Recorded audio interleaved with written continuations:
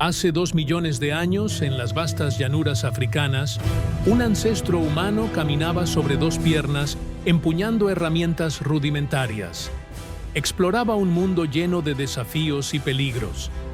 El Homo habilis, uno de los primeros representantes de nuestro género, tenía una esperanza de vida increíblemente corta, solo 12 años. Imagina un mundo donde sobrevivir más allá de la infancia era un logro extraordinario. Enfermedades, depredadores, la lucha por la comida y el agua, y la ausencia de cualquier forma de medicina moderna hacían de cada día una batalla contra la extinción. Para estas primeras formas humanas, la vida era corta y brutal, pero también marcó el inicio de un camino evolutivo que nos llevaría a conquistar los desafíos de la naturaleza. Hoy, más de 2 millones de años después, el Homo sapiens domina el planeta. Nuestra esperanza de vida media global alcanza los 73 años, un avance impresionante en comparación con nuestros ancestros primitivos. En la época del Homo habilis, la supervivencia era un juego de suerte e instinto. La escasez de alimentos hacía que muchos niños no llegaran a la adolescencia. Aquellos que lograban sobrevivir enfrentaban infecciones constantes, heridas sin tratamiento y un entorno hostil donde cualquier error podía significar la muerte. Con el paso del tiempo, la evolución favoreció a aquellos que desarrollaron habilidades para vivir en sociedad. El Homo erectus, sucesor del Homo habilis, aprendió a usar el fuego. Este no solo proporcionó calor y protección contra los depredadores, sino que también permitió cocinar los alimentos, haciendo la digestión más eficiente y reduciendo enfermedades causadas por bacterias.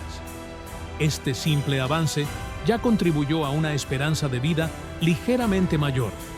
Un estudio analizó 26 fósiles de esta especie y encontró un detalle perturbador. No había rastros de individuos neonatos o infantiles. Esto significa que la mortalidad entre los más jóvenes era tan alta que sus posibilidades de supervivencia eran prácticamente nulas. Si hoy nos quejamos de la vida moderna, imagina vivir en una época en la que cada día era una lucha desesperada por la supervivencia. El Homo habilis puede haber sido uno de los primeros representantes de nuestro género, pero su existencia estuvo marcada por desafíos brutales. Y si no fuera por especies más adaptadas que vinieron después, quizás la historia de la humanidad habría terminado antes de comenzar. Casas extremadamente peligrosas bajo la superficie del Valle del Rift Oriental en el sur de Kenia esconden una historia que parece sacada de una épica de ciencia ficción. Fue aquí donde nuestros ancestros se enfrentaron a una criatura colosal de la era del hielo, el Pteropithecus oswaldi, un primate gigante que dominaba estas tierras hace cientos de miles de años. Imagina un babuino, pero 3 veces más grande, con caninos afilados como cuchillas y una organización social altamente cohesionada. Estos primates formaban grupos impenetrables, lo que los hacía casi imposibles de atacar. Y aún así, los primeros humanos los cazaban. ¿Qué los llevaba a correr un riesgo tan extremo? ¿Qué armas tácticas e instintos permitieron a estos homínidos desafiar a un depredador tan formidable?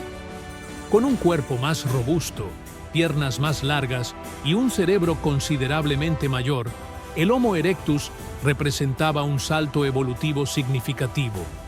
La media de esperanza de vida del Homo erectus era superior a la del Homo habilis, pudiendo superar los 30 años de edad. Sin embargo, cazar presas tan grandes seguía siendo un problema para la mayoría de ellos.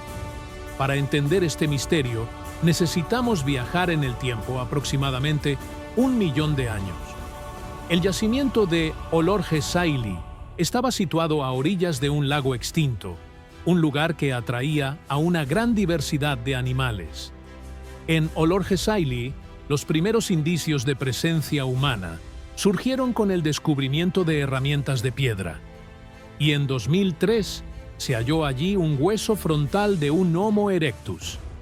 Este fue uno de los primeros homínidos en dominar el uso de herramientas complejas, siendo responsable del desarrollo de los hachas acheulianos que utilizó durante más de 1 millón de años.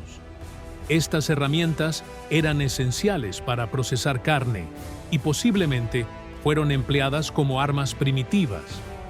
En las capas arqueológicas más recientes de Olorgesailie, datadas entre 400.000 y 700.000 años atrás, el Homo ya se había expandido por el mundo. Nuevas especies humanas como el Homo heidelbergensis estaban surgiendo. Estos homínidos tenían cerebros más grandes, cuerpos más robustos y habilidades avanzadas para fabricar herramientas. Aunque aún no tenemos pruebas definitivas de que el Homo heidelbergensis vivió en Olorgesailie, las evidencias sugieren que sus habitantes eran cazadores excepcionales. Los restos de hipopótamos, elefantes, cebras, jirafas y Theropithecus encontrados en el yacimiento indican que estos homínidos los cazaban, o al menos aprovechaban sus carroñas. Posiblemente utilizaban lanzas de madera rudimentarias para emboscar a sus presas. Una de las tácticas que podrían haber empleado era la caza por persistencia, perseguir a sus víctimas hasta el agotamiento. Estas estrategias primitivas, junto con el desarrollo de herramientas, fueron cruciales para la supervivencia y evolución de nuestros ancestros en un mundo lleno de amenazas. Hasta que el agotamiento las derribara, sabemos que nuestros ancestros eran corredores de larga distancia. Esta estrategia pudo haber sido clave para sus exitosas cacerías. Independientemente del método utilizado, algo es seguro: los restos de estos animales eran llevados a Olorgesailie, donde se procesaban con hachas de mano y probablemente se consumían crudos. El yacimiento de Olorgesailie revela un fascinante vistazo a la vida en el Pleistoceno medio, una época en la que la supervivencia dependía del coraje, la estrategia y la capacidad de adaptación. Entre todas las criaturas cazadas en ese periodo, el terópodo Tecoswal destaca como un desafío único. Su tamaño gigantesco y comportamiento social lo convertían en un objetivo poco probable. Pero de alguna manera, nuestros ancestros encontraron la forma de enfrentarlo. ¿Qué nos dice esto sobre la inteligencia y resiliencia de los primeros humanos? ¿Pudo haber sido esta audacia uno de los factores que impulsaron nuestra evolución? Carroñeros, como podemos ver, el Homo habilis no era un cazador eficiente y esta limitación lo llevó a buscar un camino alternativo para su supervivencia. Imagina un mundo en el que sobrevivir significaba pasar gran parte de la vida equilibrándose en altas ramas, siempre alerta ante los depredadores al acecho. Esta era la realidad del Homo habilis, uno de los primeros miembros de nuestro género con hábitos parcialmente arborícolas, al igual que los chimpancés modernos. Es probable que sufrieran caídas frecuentes, algunas de ellas graves, ya que no eran escaladores tan eficientes como otros primates. A pesar de ello, el Homo habilis contaba con ciertas características que favorecían la vida en los árboles. Sus extremidades ligeramente alargadas le proporcionaban mayor estabilidad al moverse entre las ramas, permitiéndole escapar de los depredadores terrestres con más facilidad. Sin embargo, esta aparente ventaja fue rápidamente anulada por un factor decisivo: la dieta. Sería natural imaginar que un primate que pasaba tanto tiempo en los árboles fuese estrictamente vegetariano, pero el Homo habilis contradecía esta lógica. Presentaba uno de los mayores niveles de consumo de carne jamás registrados entre los primeros humanos. Sus incisivos largos y afilados estaban diseñados para cortar carne con eficiencia, mientras que sus mandíbulas desproporcionadamente grandes y gruesas ofrecían la fuerza necesaria para arrancar trozos de hueso. Aunque también consumía frutas y vegetales, su preferencia por la carne lo obligaba a descender de los árboles con frecuencia, y fue ahí donde empezaron los problemas. Para empeorar la situación, el Homo habilis también tenía un gusto por los peces. lo que lo llevaba a aventurarse cerca de ríos y lagos, lugares donde grandes depredadores acechaban a sus presas. Pero el mayor dilema no era solo qué comía, sino cómo conseguía su alimento. A diferencia de otras especies humanas más avanzadas, el Homo habilis no era un cazador eficiente. En su lugar, se especializó en alimentarse de carroña, un hábito arriesgado que lo obligaba a disputar restos de presas con depredadores mucho más fuertes. Esto tenía sentido considerando su pequeño tamaño, fuerza limitada y tecnología rudimentaria. Sus herramientas eran básicas, apenas piedras talladas que, aunque útiles para cortar carne, no ofrecían una gran ventaja defensiva contra leones, hienas y otros carroñeros de la época. En un mundo donde la supervivencia era un juego de alto riesgo, el Homo habilis vivía al límite. Un grupo de paleontólogos determinó que, en el mejor de los casos, apenas lograban disputarse cadáveres con chacales y guepardos. Esto no les beneficiaba en absoluto, pues estaban rodeados de numerosos carnívoros de gran tamaño que no solo reclamaban los restos de las presas, sino que en muchas ocasiones cazaban a los propios Homo habilis, quienes, sin ánimo de ofender, eran presas fáciles. Antes de continuar, suscríbete al canal y activa la campana de notificaciones para recibir una alerta cada vez que publiquemos un nuevo vídeo. Los depredadores para el Homo habilis ponían a prueba constantemente sus instintos de supervivencia frente a algunas de las bestias más letales de la prehistoria. Entre los enemigos más temidos estaba el león de las cavernas, un depredador colosal que dominaba el paisaje africano. Estos felinos, más grandes que los leones modernos, eran cazadores excepcionales que se movían con un sigilo mortal y atacaban con emboscadas brutales. La noche era su dominio. Cuando caía el crepúsculo, sus rugidos resonaban en la sabana, enviando escalofríos a los huesos de nuestros ancestros. Un Homo habilis desprevenido y distraído podía convertirse fácilmente en su presa. Pero los felinos no eran los únicos señores de la sabana. Había una amenaza aún más feroz e impredecible: los leopardos. Estos cazadores solitarios poseían una característica particularmente aterradora para los primeros homínidos: escalaban árboles con facilidad. Para el Homo habilis, que a menudo buscaba refugio en las ramas altas, un leopardo era un enemigo ineludible. Cuando uno atacaba, no había tiempo para reaccionar. Agarradas entre sus mandíbulas, muchas víctimas eran llevadas a las copas de los árboles donde eran devoradas, lejos del alcance de otros depredadores. Luego estaban las hienas gigantes. A diferencia de las hienas modernas, que ya son cazadoras formidables, sus ancestros eran aún más amenazantes. Dotadas de mandíbulas increíblemente poderosas, capaces de triturar huesos con facilidad, estas criaturas patrullaban la sabana en manadas letales. Eran oportunistas. Si un Homo habilis lograba conseguir una pequeña presa para alimentar a su grupo, las hienas podían aparecer en cuestión de segundos reclamando el botín para sí mismas. Y si un grupo de homínidos estaba herido o debilitado, estas bestias no dudaban en atacar directamente.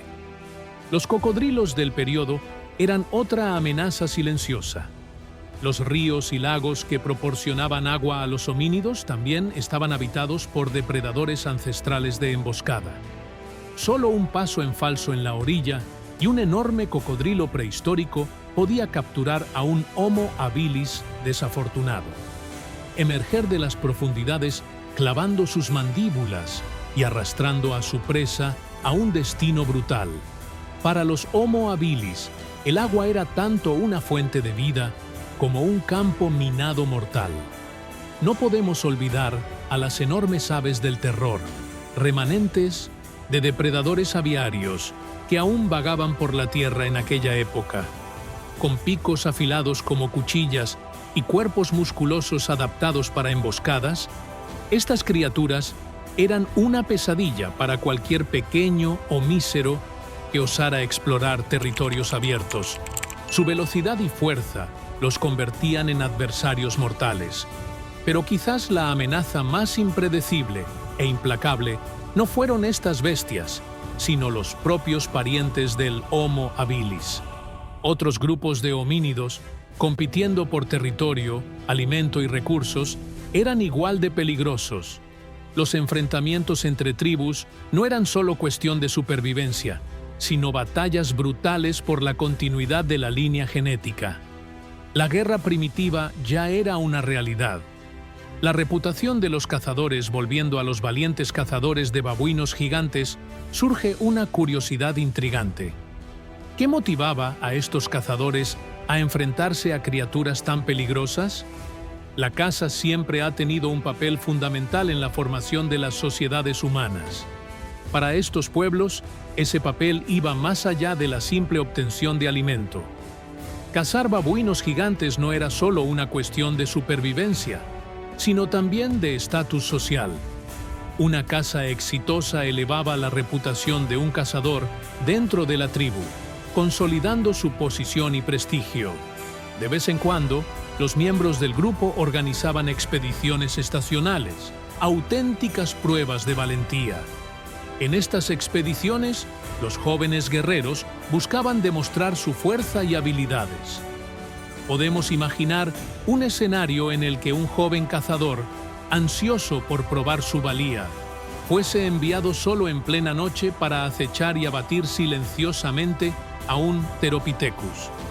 Puede que sea solo una especulación, pero si fuese cierta, sería una historia digna de una película. Y no sería algo sin precedentes. A lo largo de la historia, diversas culturas han desarrollado rituales de iniciación que implican cacerías en solitario. Los bosquimanos, San, los Inuit y los aborígenes australianos son solo algunos ejemplos de pueblos que exigían a sus jóvenes una demostración de coraje y resistencia. Aunque es importante evitar una visión romantizada de estas tradiciones, es innegable el fascinante trasfondo que hay detrás de ellas. El Theropithecus waldi estaba lejos de ser un primate común, con un peso de unos 65 kilogramos, aproximadamente el tamaño de una hembra de gorila. Este ancestro de los geladas modernos era una presencia intimidante. Algunos machos podían alcanzar hasta 72 kilogramos, lo que los hacía aún más formidables. Equipados con caninos afilados y músculos poderosos, estos primates eran cualquier cosa menos una presa fácil. El género Theropithecus aún existe hoy, representado por el Theropithecus gelada, o simplemente gelada, que habita las tierras altas de Etiopía. A pesar de que los machos modernos pesan en promedio solo 18 kilogramos, siguen siendo conocidos por su feroz agresividad. Aunque su alimentación se basa principalmente en hierba, eso no los hace pacíficos. Los conflictos violentos entre machos son frecuentes, con disputas por el control de grupos y territorios. En estas batallas, utilizan sus enormes caninos para atacar el rostro de sus oponentes. Y no es raro que grupos enteros se enfrenten en combates brutales. Si los geladas modernos ya son una visión intimidante cuando muestran sus afilados dientes, ¿qué decir de sus ancestros gigantes? El Theropithecus waldi pudo haber tenido un aspecto similar, posiblemente con un pelaje espeso y un pecho rojo vibrante, características que aún se observan en sus descendientes vivos. Ahora intenta imaginar un macho alfa de Oswald, un verdadero titán prehistórico, levantando el labio y revelando una hilera de colmillos mortales para intimidar a cualquier adversario, incluidos los primeros humanos. Para los homínidos que se atrevieron a cazar estas criaturas, el enfrentamiento con un Theropithecus oswaldi debió haber sido un espectáculo de pura tensión y peligro. Solo los más valientes y mejor preparados podían sobrevivir a un encuentro tan arriesgado. Nuestra especie, Homo sapiens, existe desde hace aproximadamente 300.000 años. y los pueblos que vivieron en Olorgesailie surgieron unos 200.000 años antes. A pesar de la distancia temporal, hay una verdad innegable. Eran humanos en esencia, con cultura, emociones y tradiciones que ayudaron a moldear el destino de la humanidad. La caza siempre ha sido un tema cargado de emociones. Para algunos, es una práctica bárbara y obsoleta, mientras que para otros es uno de los pilares de nuestra identidad cultural. Yo mismo estoy fascinado por la forma en que los antiguos cazadores-recolectores dependían de la tierra para sobrevivir. Sé que hay quienes condenan la caza, y entiendo esa perspectiva, pero al mismo tiempo no podemos ignorar su importancia histórica. Como dijo el cazador y escritor Steven Rinella, quizás perseguir presas sea tan esencial para la naturaleza humana como tocar música o escribir palabras en un papel. Las primeras formas de arte representativo que conocemos retratan cazadores y sus presas. La caza no solo garantizó nuestra supervivencia, sino que también nos inspiró, moldeando mitos, rituales y tradiciones que perduran hasta el día de hoy. Táctica de caza en Olorgesailie. Los vestigios fosilizados revelan un episodio impresionante. Un posible campamento ancestral, donde los restos de primates extintos indican una historia de caza y supervivencia, en capas de suelo datadas entre 400.000 y 700.000 años. Los arqueólogos descubrieron cerca de 4.700 artefactos de piedra y los restos de 90 individuos de la especie Pteropithecus. Lo que más intrigó a los científicos fue la alta concentración de estos huesos en un área de solo 12 a 15 metros cuadrados, lo que sugiere un evento singular de caza o un breve periodo de ocupación. El descubrimiento planteó varias preguntas. ¿Por qué tantos primates estaban reunidos en un solo lugar? ¿Qué pudo haber causado la muerte de tantos individuos de una misma especie? Y sobre todo, ¿cuál fue el papel de los artefactos de piedra en este contexto? El análisis de los huesos proporcionó pistas intrigantes. Cerca de 76 de los 90 individuos encontrados eran juveniles, mientras que solo 14 eran adultos. La gran mayoría, alrededor del 70%, tenía entre 6 meses y 3 años de edad. Esta proporción es anómala en comparación con las poblaciones modernas de geladas, en las que solo el 36% de los miembros pertenecen a esta franja de edad. Esta discrepancia sugiere que los cazadores primitivos posiblemente preferían capturar individuos más jóvenes y pequeños, tal vez porque eran presas más fáciles de someter. La hipótesis de que estos primates murieron a causa de una catástrofe natural, hambre o enfermedad, fue descartada tras analizar los huesos. Los signos de impacto y fracturas en los cráneos sugieren que los animales fueron la sistemática matanza de animales, utilizando armas contundentes y herramientas de piedra, refuerza la teoría de que los homínidos fueron responsables, empleando técnicas coordinadas para acorralar y eliminar a sus presas. Una de las tácticas más eficaces del Homo erectus era la emboscada. El teropodonte, una presa alerta, tenía patrones de desplazamiento predecibles. Durante el día buscaba zonas de alimentación y por la noche se refugiaba en terrenos elevados.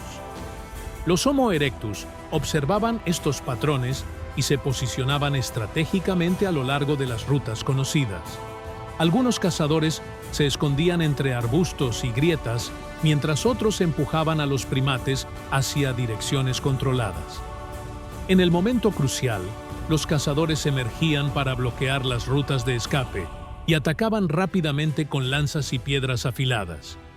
El Homo erectus estaba adaptado para recorrer largas distancias sin sobrecalentarse, a diferencia de los primates y los grandes felinos, que dependían de ráfagas de velocidad. La caza por persistencia consistía en perseguir a la presa hasta que quedara exhausta. Cuando los cazadores avistaban un grupo de teropodones, corrían tras ellos hasta que los más débiles se separaban. Estos primates, que dependían de la sombra y pausas para descansar, eran presionados constantemente por los Homo erectus, quienes impedían su recuperación. Un estudio comparativo con fósiles hallados en Andeol, Dubái, mostró patrones similares. Un cráneo de teropodonte encontrado allí presentaba una gran fractura con cortes profundos, señalando un golpe fatal. Esto refuerza la tesis de que estos primates eran objetivos recurrentes de nuestros ancestros. La caza sistemática de primates extintos, como el teropodonte, sugiere que los grupos de homínidos ya dominaban estrategias avanzadas de depredación. El uso de armas, la selección de presas más vulnerables y la concentración de restos en lugares específicos indican un comportamiento similar al de las sociedades cazadoras modernas. Otra posible táctica era utilizar carroñas para atraer a los teropodontes. Al notar comida fácil, estos curiosos y oportunistas primates se acercaban, mientras cazadores escondidos en posiciones estratégicas esperaban para atacar. Estos descubrimientos revelan aspectos de la dieta y el comportamiento de los primeros humanos, ayudándonos a comprender la compleja relación entre depredadores y presas a lo largo de la historia evolutiva. El estudio de la caza de teropodontes en Olorgesailie nos hace reflexionar sobre cómo la inteligencia, la cooperación y el dominio del entorno fueron determinantes para la supervivencia de nuestra especie.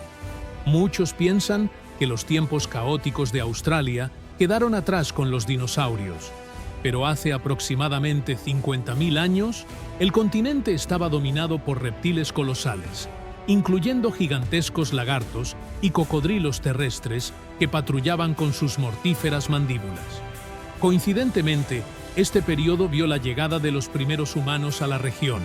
La sorpresa sería enorme al encontrarse con un ecosistema donde los mamíferos eran minoría y los depredadores reptiles. La Australia prehistórica era un campo de batalla donde estos gigantes gobernaban sin oposición, y para cualquier recién llegado, era evidente que la supervivencia requería precaución y quizás un poco de suerte. Imagina un cocodrilo terrestre, el quincana, que podía correr más rápido que un maratonista. Este no era solo un reptil con apariencia de cocodrilo, sino un genuino crocodiliano adaptado para dominar la tierra. Su nombre refleja su estatus como depredador de élite que reinó durante el Pleistoceno. Aunque compartía rasgos con los cocodrilos modernos, el quincana tenía características únicas, como su estructura craneal, que lo diferenciaba como miembro del grupo extinto llamado Mecosuchinae. Su cuerpo, con patas largas y musculosas, lo mantenía elevado y le permitía desplazarse a una velocidad impresionante, convirtiéndolo en un cazador terrestre nato con garras afiladas para capturar presas en movimiento. Estos reptiles no eran pequeños. La mayoría de los adultos alcanzaban los 3 metros de longitud y pesaban cerca de 200 kilogramos, mientras que los más grandes superaban los 6 metros y llegaban a pesar aproximadamente 440 kilogramos. Un monstruo imparable que aterrorizaba a cualquier criatura, incluidos los primeros humanos en Australia. Ser perseguido por un cocodrilo terrestre ya sería aterrador, pero el quincana poseía una dentadura especializada en despedazar carne, con dientes finos, cerrados y curvados hacia atrás, similares a los de grandes dinosaurios carnívoros como el Tiranosaurio Rex. Cada mordida arrancaba enormes trozos de carne, asegurando un festín abundante. Y si crees que podrías escapar sumergiéndote en el agua, piénsalo de nuevo. Aunque era un depredador terrestre, hay indicios de que también era un nadador competente, complicando aún más cualquier intento de fuga. Además del quincana, el Megalania o Varanus priscus, el gigante de los lagartos, era otra amenaza. Este lagarto, que podría describirse como un dragón de Komodo con esteroides, fue el lagarto terrestre más grande que jamás existió. Su nombre antiguo significaba gran caminante, haciendo honor a su colosal tamaño. Aunque hay debate sobre sus dimensiones exactas, su presencia en el paisaje australiano prehistórico era un desafío más para la supervivencia de nuestros ancestros. Entre los paleontólogos no hay dudas de que el Megalania era una criatura descomunal. Las estimaciones más conservadoras indican que su cuerpo superaba los 3 metros de longitud, con un peso promedio de 158 kilogramos. Esto ya lo haría comparable a un león marino, un animal que impone respeto. Pero las estimaciones más extremas son aún más impactantes. Algunos estudios sugieren que pudo haber alcanzado los 7 metros con 90 centímetros, con un peso máximo de hasta 2 toneladas. Para ponerlo en perspectiva, esto lo haría más pesado que la anaconda más grande jamás registrada, pero con un cuerpo mucho más robusto y musculoso. Si solo su tamaño no bastaba para hacerlo temible, su anatomía y habilidades lo colocaban en la cima de los depredadores históricos. Al igual que los lagartos monitores modernos, el Megalania poseía dientes cerrados y curvados, capaces de desgarrar carne y sujetar a sus presas. Patas poderosas y musculosas le proporcionaban agilidad y fuerza. Garras afiladas podían despedazar a sus víctimas con facilidad. Y como si eso no fuera suficiente, hay fuertes indicios de que también era venenoso. Al igual que el dragón de Komodo, uno de sus parientes más cercanos, el Megalania podría haber secretado un veneno anticoagulante. Este veneno impedía que la sangre de sus presas coagulara, llevándolas a una muerte lenta por hemorragia y shock. Eso significa que aunque una víctima lograra escapar del ataque inicial, seguiría condenada. Bastaba una sola mordida para que el Megalania simplemente esperara a que el veneno hiciera su trabajo. Una estrategia despiadada y sumamente eficaz. Pero si era tan temible, ¿por qué ya no vemos a estos colosos deambulando por ahí? La extinción del Megalania sigue siendo un misterio. Las principales teorías sugieren que desapareció hace aproximadamente 50.000 años, posiblemente debido al cambio climático y la llegada de los primeros humanos a Australia. La competencia por alimento podría haber llevado a este titán a su fin. Aún así, su legado sobrevive en los grandes reptiles modernos como el dragón de Komodo, que, aunque es un depredador formidable, parece pequeño en comparación con su colosal antecesor. En la Australia prehistórica, serpientes gigantes como la wambi eran una amenaza constante. Si tienes miedo a las serpientes, imagina vivir en un mundo donde algunas de ellas eran depredadores colosales, capaces de estrangular y desgarrar a sus víctimas sin piedad. La wambi, una serpiente gigante, rivalizaba en tamaño con las pitones birmanas, llegando a alcanzar los 6 metros de longitud. Sin embargo, su anatomía la diferenciaba de las serpientes modernas, perteneciendo a la extinta familia Matsoe, con mandíbulas menos flexibles. A pesar de no ser venenosa, la wambi era una fuerza de la naturaleza. Su estrategia de caza era similar a la de las anacondas actuales. Acechaba pacientemente cerca de fuentes de agua y cuando una presa distraída se acercaba, lanzaba un ataque fulminante con su poderosa musculatura. La estrangulaba y asfixiaba lentamente. Pero aquí viene la parte realmente macabra. Como su mandíbula no era tan flexible, no podía tragarse a sus presas enteras. En lugar de eso, usaba sus afilados dientes para arrancar trozos de carne, destripando a sus víctimas antes de devorarlas. Esto significaba un destino mucho más agonizante para cualquier animal o humano que cayera en sus garras. Sobrevivir en la Australia prehistórica no era tarea fácil. Además de la wambi y el Megalania, los primeros humanos que llegaron al continente tuvieron que enfrentarse a otros asesinos feroces, como el tilaco león, un marsupial carnívoro con afilados dientes y la mordida más fuerte entre los mamíferos conocidos. Era un mundo donde cada paso en falso podía significar la muerte, en un ecosistema dominado por reptiles gigantes y depredadores voraces. Nuestros ancestros tuvieron que luchar por su supervivencia y contra todo pronóstico lo lograron. Ahora, si crees que los grandes felinos de hoy en día son depredadores temibles, imagina vivir en una época en la que uno de los cazadores más brutales de la historia acechaba las tierras de África, Eurasia y América. Ese depredador era el Homo therium, también conocido como gato cimarrón, una bestia que dominó los ecosistemas durante millones de años y convivió directamente con los primeros humanos. El Homo therium no era un simple felino. Pertenecía al grupo de los felinos dientes de sable y se destacaba por su fisiología única. Sus dientes eran largos y curvados, semejantes a una cimitarra, la icónica espada de hoja curva utilizada por los guerreros de la antigüedad.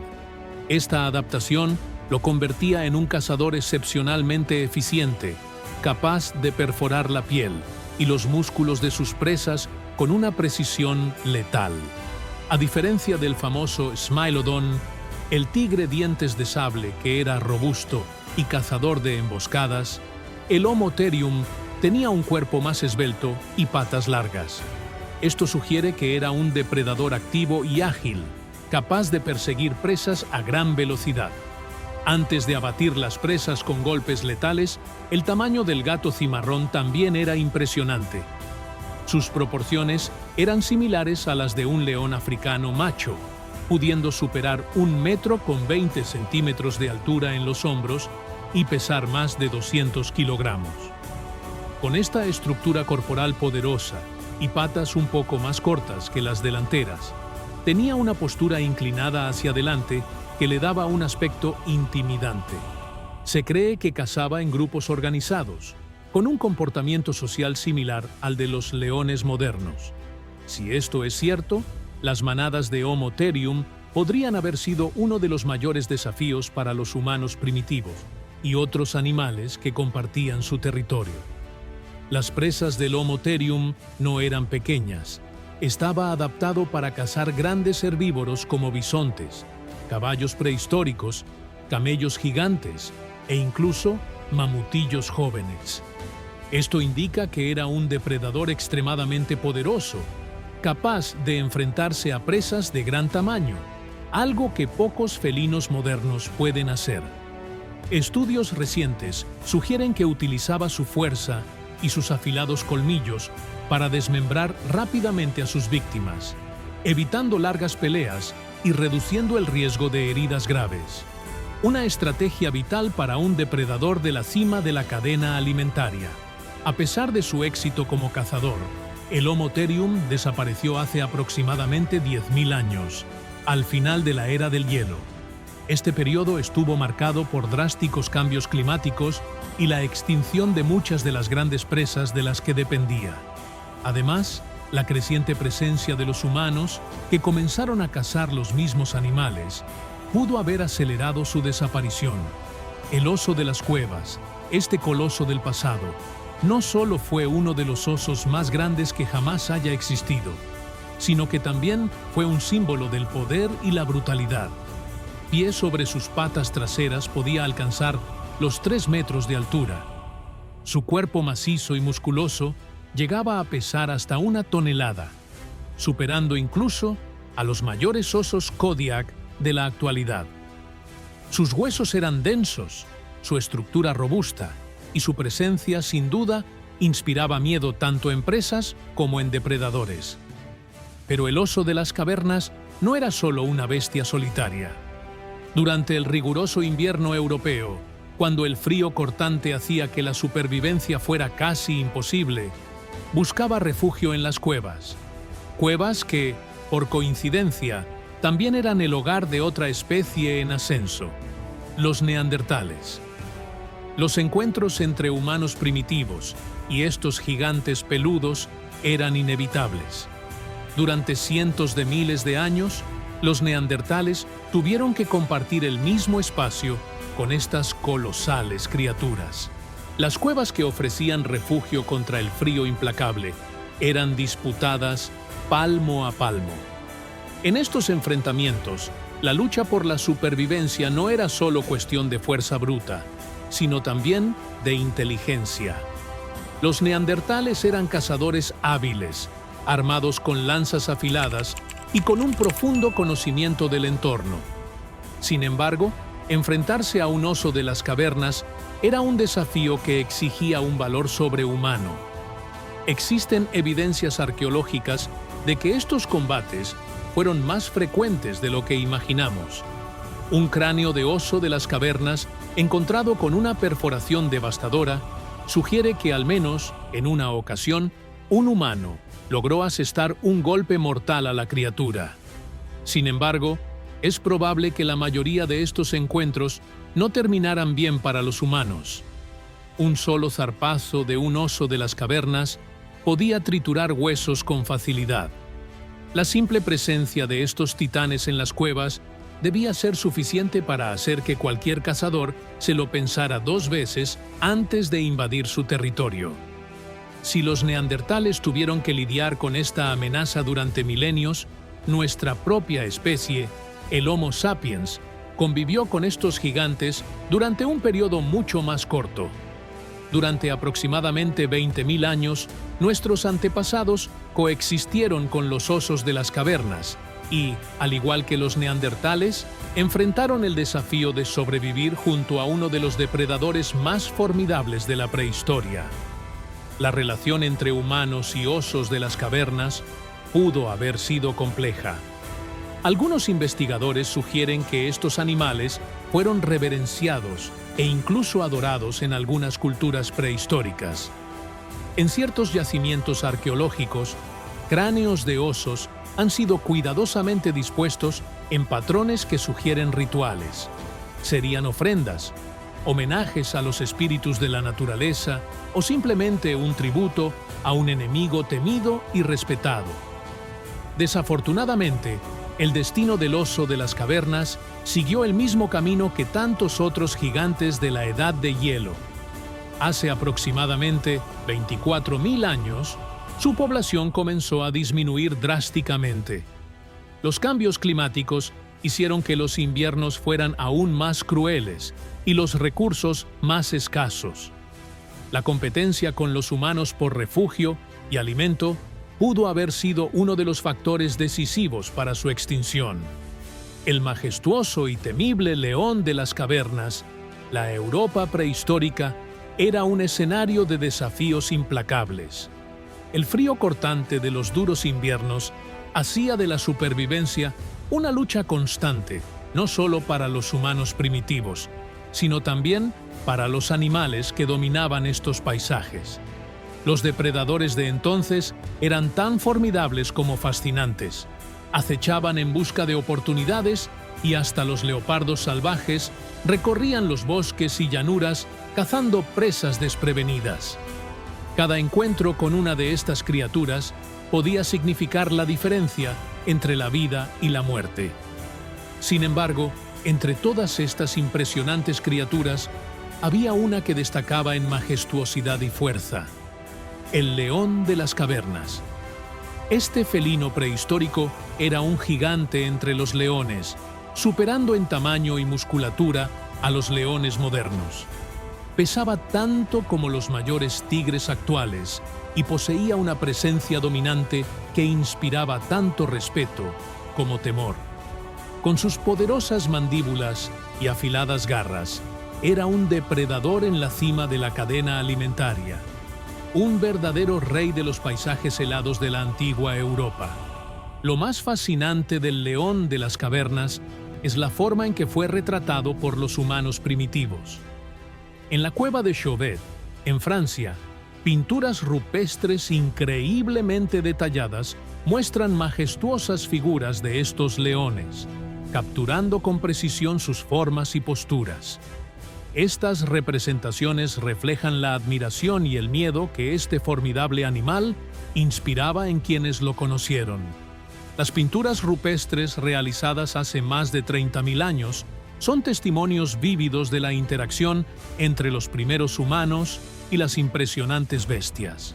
Lo que más llama la atención en estas pinturas es la manera respetuosa en la que los leones fueron dibujados. No aparecen como monstruos o amenazas, sino como figuras dignas de admiración. Sus posturas y expresiones indican una observación minuciosa, como si los artistas primitivos tuvieran un profundo entendimiento de la grandiosidad de estos animales. Esto sugiere que, a pesar de ser feroces depredadores, los leones de las cavernas eran vistos como criaturas poderosas que merecían reconocimiento, quizás incluso reverencia. A diferencia del miedo que muchos podrían imaginar, los pueblos prehistóricos no parecían ver a estos felinos solo como un peligro.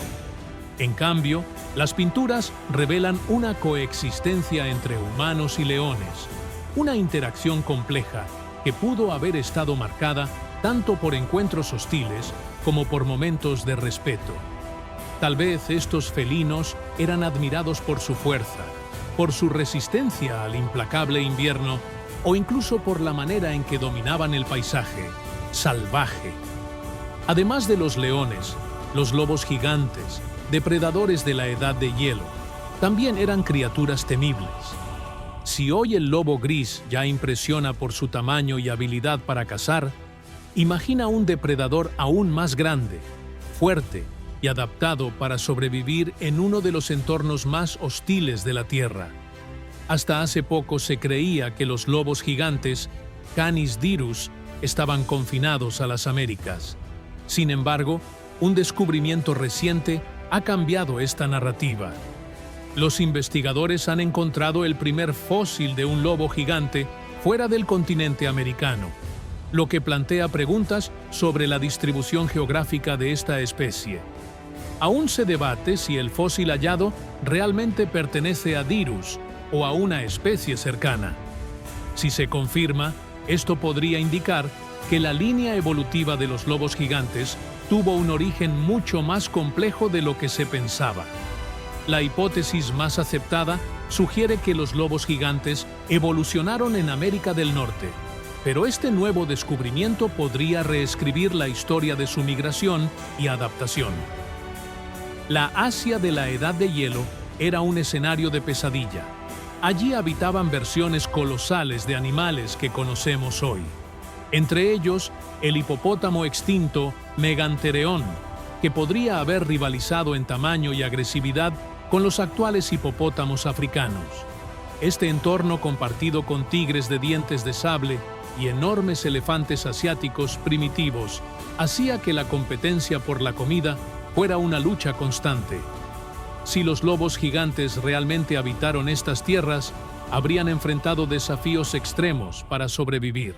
La caza de presas gigantescas requería estrategias sofisticadas y la colaboración en manadas altamente organizadas, al igual que sus parientes modernos. Es probable que estos superdepredadores desarrollaran tácticas de caza eficientes para derribar mamuts jóvenes, bisontes e incluso otros grandes depredadores. El fin de la Edad de Hielo trajo consigo la extinción de la mayoría de estos gigantes, y los cambios climáticos drásticos, junto con la llegada de los primeros humanos modernos, contribuyeron a la desaparición de la fauna. Los lobos gigantes, a pesar de su fuerza y adaptabilidad, no escaparon a este destino. Sin embargo, su legado sigue vivo en los lobos modernos, que han heredado parte de sus estrategias de caza y comportamiento social.